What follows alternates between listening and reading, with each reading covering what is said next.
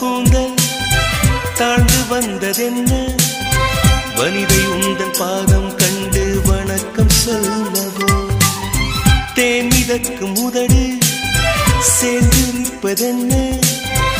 ஒன்றை ஒன்று முத்தம் இட்டு இன்பம் கொள்ளவோ மானிட பிறவி என்னடி மதிப்பு உன் கால் விரல் நகமாய் இருப்பது சிறப்பு 100 கோடி பெண்கள் உண்டு உன் போல் யாரும் இல்லையே ஆனால் கண்ணி உந்தன் கண்கள் மட்டும் காணவில்லை